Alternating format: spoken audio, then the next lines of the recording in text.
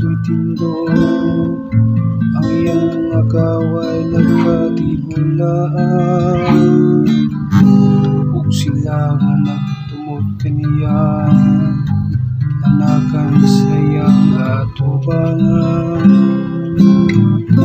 Maingon nga masugi palit mausab sila,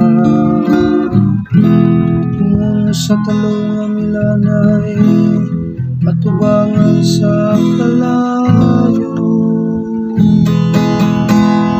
Awiti ang Diyos kung mga ginharian sa yuta.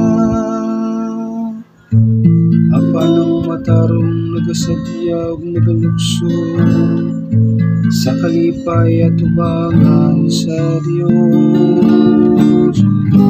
Nalipay sila ug nagsadya, awiti ang Diyos. Awiti pagdaig ang iyang ngalan, ang iyang ngalan mo ang Ginoo. Lukso kamo sa kalipay sa iyang atubangan.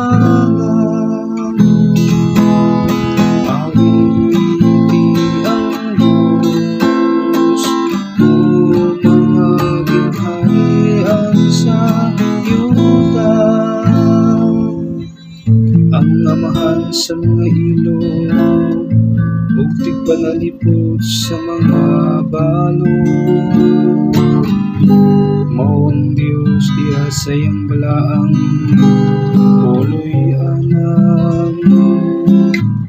Ang Dios naghatag og puloy anam sa mga biniyaan. Ipagulan niyang binilanggo ngadto sa kagawasan.